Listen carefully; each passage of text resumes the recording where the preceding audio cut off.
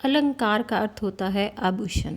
जैसे नारी अपनी साज सज्जा के लिए विभिन्न तरह के आभूषण पहनती है, कोई नाक में, कोई कान में, कोई हाथों में, उसी तरह से कवि अपनी रचना को सजाने के लिए अलग अलग प्रकार के अलंकार प्रयोग करता है।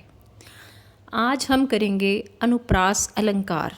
अनुप्रास अलंकार की परिभाषा है जहाँ व्यंजनों की बार बार आवृत्ति के कारण चमत्कार उत्पन्न हो, वहाँ अनुप्रास अलंकार होता है।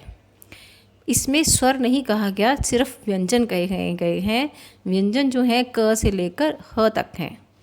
अगर ये बार बार आते हैं तो उसकी शोभा बढ़ाते हैं, तो उसको कहते हैं यहाँ पर अनुप्रास अलंकार है।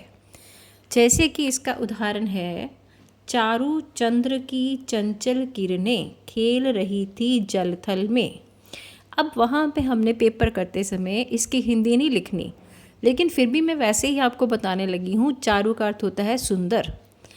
सुंदर चंद्र की चंचल किरणें खेल रही थी जल थल में। थल जल और थल मतलब भूमि पर। लेकिन अगर कभी यहाँ पर सुंदर लिख देता तो फिर यहाँ पर अनुप्रास नहीं होना था।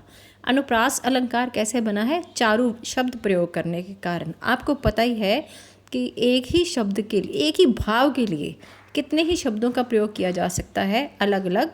तो यहाँ पे सुंदर की जगह उसने कवि ने क्या प्रयोग किया है? चारु प्रयोग किया है, ताकि यहाँ पर अनुप्रास अलंकार का प्रयोग हो सके। इस उदाहरण में व्याख्या में हम लिखेंगे, इस उदाहरण में च की पुनः आवृत्ति होने के कारण यहाँ पर अनुप्रास अलंकार है। एक बार मैं फिर से आपको बताने लगी हूँ कि इसकी उदाहरण है, चारु चंद्र की चंचल किरणें खेल रही थी जलथल में। लर्न करना भी बहुत आसान है और आपको मेरे ख्याल से बहुत सिंपल एग्जाम्पल मैंने दी है। धन्यवाद।